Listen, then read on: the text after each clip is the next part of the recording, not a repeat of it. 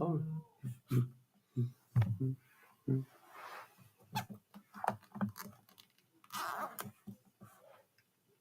Hey. Looks like we might be live. All right, we got to get this. Bear with us, guys. If you guys are just now joining, we're trying to get the YouTube up and running so that we can get everyone going. Coach, while I do this, do you want to do some intros? Sure. Yeah? Sure. It's very bright. Let me turn off that light. Go ahead. Give me your intros. Big weekend of racing. This almost last weekend of August. This is big race in the US with the Odyssey Mackinac. Mackinac.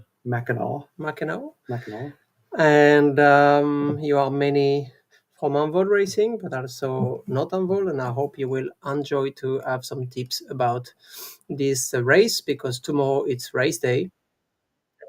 And hopefully you're gonna be as ready as possible with the few advice that we're gonna give you right now. Marcus know the course. He has been racing this race. When was it? One time you did it or more? Once. Yep, did it once. Then you have some good knowledge about the course. And then we will try to give you as much as we can. If you have any question, you can send us a message, and we will reply during this live. Yep. But now the race is in less than 24 hours. Then hopefully you are all set with your equipment. You are all set with your last little training, your last checkout before the race. You should probably go and get your race bag quite soon. And hopefully what we're gonna tell you about the race won't make you do some big changes with your equipment or stress you. Just be confident with what you have been doing for this race, and then just get all the tips you can from us, and try to adapt if you feel that you are not 100% ready after this session that we're doing with you now. Then it's a bit late to make some changes, but it is what it is. Now the most important is that you have some good rest. There is no secret before race day. When you have done your short shakeout, hopefully in the morning, then it's time to put the legs up, just recover, drink well, eat well. Don't do anything stupid like going and doing some touristy thing during the full afternoon, standing on your legs, walking in the sun just to get tired. Otherwise, you're gonna feel this extra fatigue tomorrow. And my recommendation is do the things really easy. Take a scooter or a bike if you go somewhere. That's my recommendation. And it's a perfect day to do a nap before race day. It's a perfect day for a siesta. Even if you don't manage to sleep in the afternoon, just lay down, put the legs on the wall, and just close your eyes a bit. 30 minutes. That's my recommendation. I'll always do that before the race. And all your gear should be ready by now. You should have. You should know exactly what you're gonna wear, what you're gonna eat. Then if it's not done, fix that, because the shops are still open. If you need to get something, you still have a bit of time. Right. Fix that today. Don't try to fix anything or change anything race morning. So get all that stuff ready, prep, so that you get a good night's sleep, and you wake up in the morning and you've already got your plan. Sleepy eyed, you're still going to have your plan and ready to go. Yes, and also something you should know by now is exactly where you have to go tomorrow for the start of the race. What time you have to be there. You don't want to put some extra stress tomorrow morning with that. You want to do this to have everything fixed now. If you don't know, then get the information. And also the timing, which means what time you're gonna wake up, what time you're gonna have your breakfast. Don't even think about skipping the breakfast on race day. Breakfast a couple of hours before the start, 3 hours before the start. That's my recommendation. If it's too early for you because you are not used to that, because you didn't train to have your breakfast early, like on race day, then well, you will have to have your breakfast quite early tomorrow. And you try tomorrow. It's not ideal to try something on race day, but no choice. You don't want to have your breakfast too close to the race. You don't need to eat more than usual, but if you are not someone eating much for breakfast usually, then maybe it's good for you to have a bit more than usual. Otherwise, just do like you always do. Nothing too heavy, something quite quick to digest. What else? And drink before the morning of the race. It's better to drink more than not enough. Yeah. Well, my recommendation, well, you know your level normally. You know your partner, you know normally you have some goals and you know what you want to reach, which goal you want to reach. It's not because you're gonna be the first at the first running section and then the first swimming section that you're gonna win the race or reach your goal. Okay, it's a long race. It's a long half a day of racing. Then pace yourself. Okay, don't get too excited. And if some people want to start really hard because they have some high goals, then good for them. But most of the time, everybody going way too fast when they're racing. Even the team who want to win or to do some top position is going way too fast, and then there is some big slowdown after. Then try to be a bit smart there and do some respect your plan from the start. Yeah. Marcus, You want to talk about the course a little bit? course. Then the course. We're not going to bother sharing the course on the screen. We don't want to. We want to kind of keep this short and sweet, and it'll be recorded and posted, so you can go back and review it again after the live. So one thing so I'm going to kind of just run down through a couple of the key things, and then you can go look at the Odyssey page, pull up their interactive map, and you can determine what we're talking about there. So, as Coach just mentioned, you don't want to burn yourself out at the beginning of the race. And that first run, which I think is 1.6 miles, it's the same run for both long course and short course, is going to take you through town. It is going to be uphill, and you're going to climb all the way up to Fort Mackinac, and then you're going to descend back down to that first swim. A lot of people will go out very hard. They'll go out very, probably a little too hard, and they'll blow up on that first run. And you don't want to have that set the tone of your race. So pull back, pace yourself. Just know that it's going to be a longer day. You're not going to, like Coach said, you're not going to win it on that first run. So just yeah, if I can add something, well, the start is in uphill, which means your pulse gonna go high quite early, especially with a bit of stress. Then don't forget to warm up. Okay, try to jog a bit. Try to put the pulse up during the warm up. Okay, 15 minutes before the race.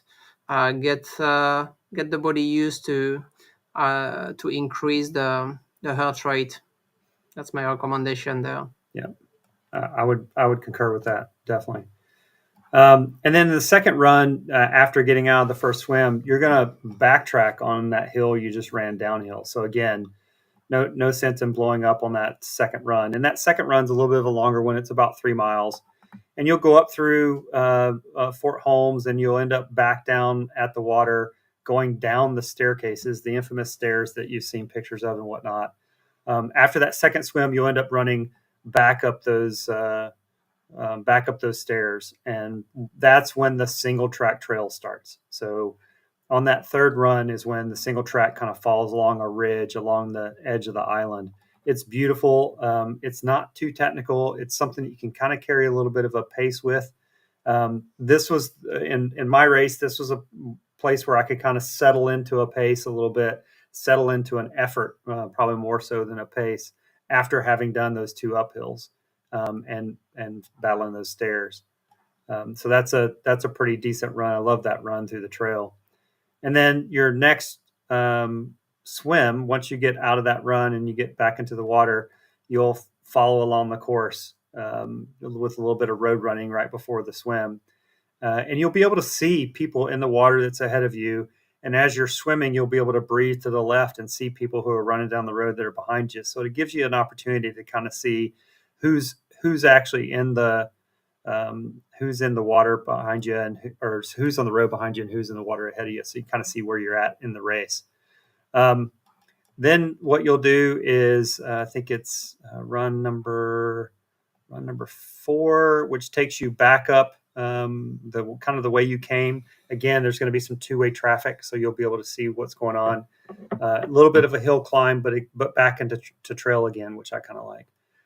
That'll take you back down to the water for a very, very short swim.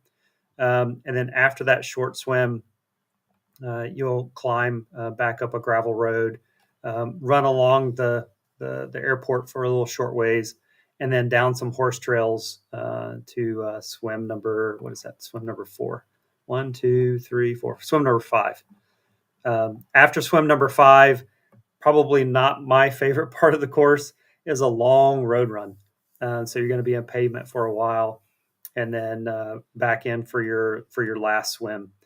That last swim on that side of the island, when we did it, was kind of choppy. The wind kind of hit that side of the island. The rest of the swims were very, very smooth and no issue. But this one was a little bit choppy for us.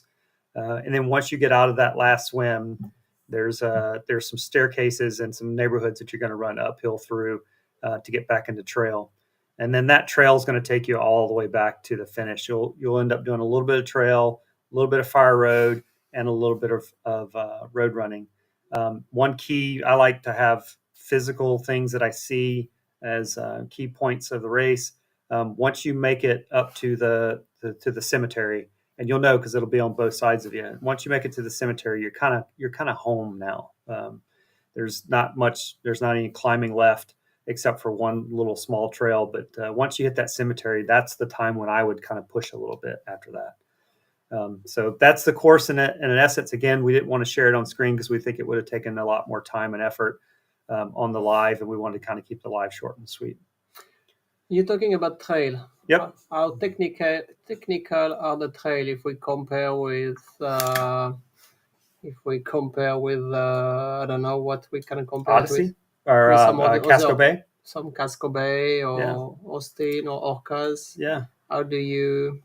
I think the most technical part of the trail is going to be run number, let's see, that's run 1, run 2, run 3, which is going to be that trail run along the edge of the island. And it's not overly technical. If I compared it to Odyssey Casco Bay, it's probably about the same. There's roots, there's some rocks, and there's some, it kind of flows through some different terrain, but it's not overly technical at all. It's, like I said, it's something that if you're a trail runner, you can pick up the pace and kind of establish a good pace through there. What about the weather? I haven't looked at the forecast for this weekend yet, but if it's going to be a windy day, look and see if you can find which way the wind is blowing. I think typically when they have wind at Mackinac, it's usually a northerly kind of a push, a northeasterly kind of push typically, and that'll make that last swim kind of windy.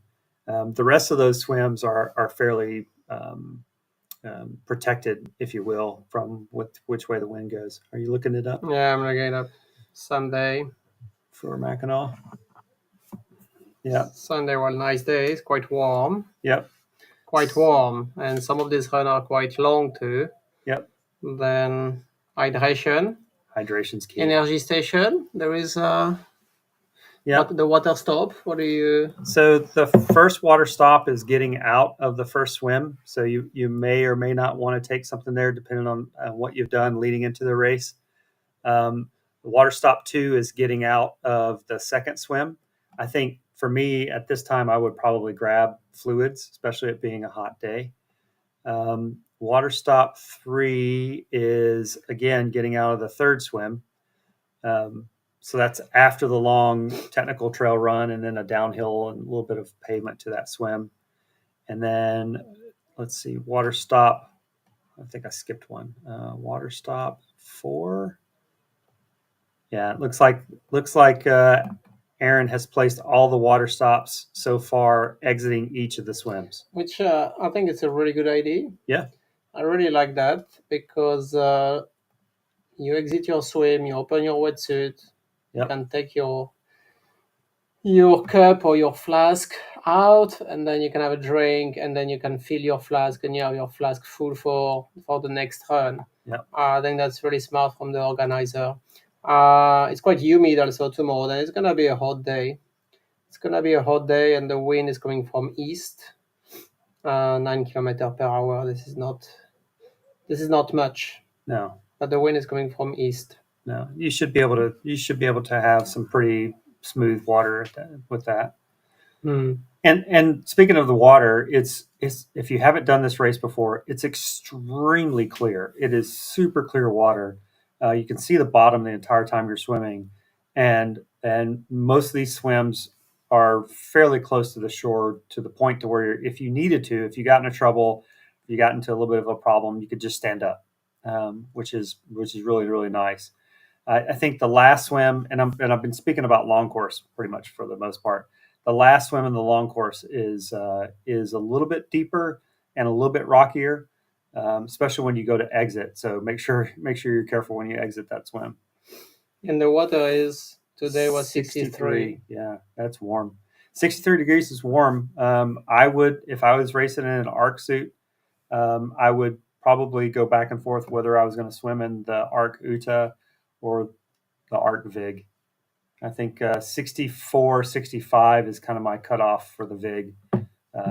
If you have the ARC Uta Air, that would be a great suit for this race. I will go with this one. Yeah, the ARC Uta I Air. always go with this one. You always go with that. That's your suit of choice. Yep. That's what I did last week in Rockman, and that's the only one I took in my bag like this. I have no choice. No choice. Uh, Maybe I should stop taking multiple suits in my bag so I don't get into this decision. You don't have to decide like that. But when it comes to, you were mentioning that you can just stand, which means it's quite shallow. Yeah, very, very shallow. But depending how shallow it is it water up to the knees, up to the hips? It's usually up to the hips. It's about waist deep. Which means if you're gonna move quicker swimming than walking in the water, and you're gonna waste really less energy swimming. Then swim if you can, but if you need to take a rest, I think it's good to put your feet down and. Yeah. When we did the race, there was we were running down. I think it was the third or fourth swim. We were running down the road. We could see the guy in front of us, and he was porpoising. Oh yeah. Yeah. So that's a lot of energy. Definitely way more energy than what you need to spend. Swimming is going to be a lot more efficient when it comes to, maybe not. And I've seen people who get up in knee deep water and kind of run, and they'll pass me if I'm swimming, but they're using so much more energy. Yeah, exactly. Well, if I have a few advice with the equipment, it's we talk about the wetsuit, but when it comes to equipment, especially if you are not an expert swim runner, and if you didn't do many swim run in your life yet, I would really recommend you to make sure when it comes to shoes, make sure that you're lacing your shoes really well, okay, double or triple knots, because with the water, the knots are getting a bit loose, and then you don't want to keep stopping and redo your lace, okay? Then check that before you go in the morning. Same with the knots of your pull buoy, knots of your tether. If you're using a tether, if it's the first time you're using a tether, then I would make sure it's long enough. And if you feel like it's too long during the race, during a running section, you can shorten it a bit. Do that while moving all the time. It's better to walk than just to stand. And you can do it in walking or in jogging slowly and just shorten a bit the tether. And same with the paddles. Check the elastic bands of your hand paddles to make sure that they're not too worn and they're well attached, because this is the thing that's gonna move during the race. Yeah. Um, it's gonna be hot and humid. Uh, your goggles when you're running, take care not to lose them first. But then I recommend you to put them around your neck or around your wrist. Don't keep them around on your forehead because it's gonna be really foggy, or you can just turn them if you keep them on your head. But that's could be a bit annoying to have that on the forehead. Take off your swim cap when you're running. Okay, put it in your wetsuit. I will do the because it's warm day. I will do the run with always the soft flask in my hand. Mm-hmm. Like this, I can take some sips of sports drink or water when I'm running. That's how I will do it. Um, yeah, don't forget to for the chafing to put some lube, some Vaseline or Body glide, body glide just to make sure that trislide. how is the water salty? Really salty? No, No, it's fresh water. fresh water. That's Yeah. right. Um, yeah, that's pretty much it. But now you have a full afternoon to relax and just make sure everything is ready. You don't need to think about it during the full afternoon. Just take 30 minutes and fix everything, and then you can really enjoy some good rest. Yep. Yep. And so one thing to also kind of keep in mind when you're doing your shakeout, if you haven't done your shakeout today, is keep it relaxed, keep it short. What kind of efforts should they be doing for like a typical shakeout prior to the race? Well, now it's the afternoon. I will jog 10 minutes and then I will go in the water with my partner to make sure that the equipment is ready and the tether is ready.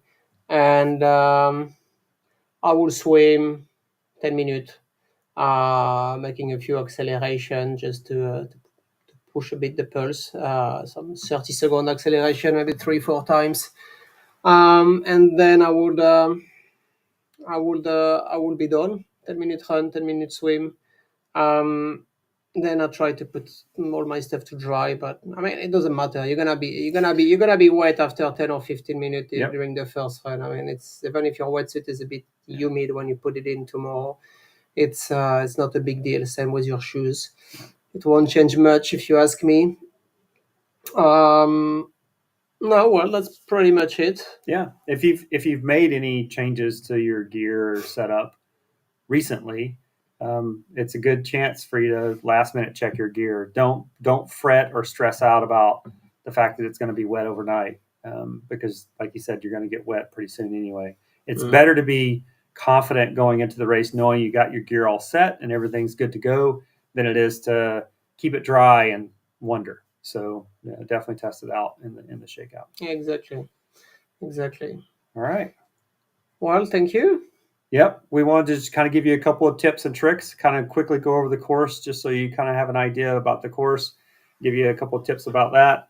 And then, as always, shoot us over some questions either on Facebook or Instagram, or even on the YouTube channel if you have any questions about the race, or if you got some last minute things that you're wondering about. Coach Nico and I hope that you guys have a wonderful race and just have fun and smile when it hurts. Yeah, exactly, and can't wait to see all the nice photo tomorrow and Yeah. follow the live. I always like to look at some races that I never been before. And You should go do this one. This is fun. well, yeah, Yeah. let's put it on our list for next year. Okay, let's do it. All right, folks. Have a good night. Have a good Bye day. bye. Bye bye.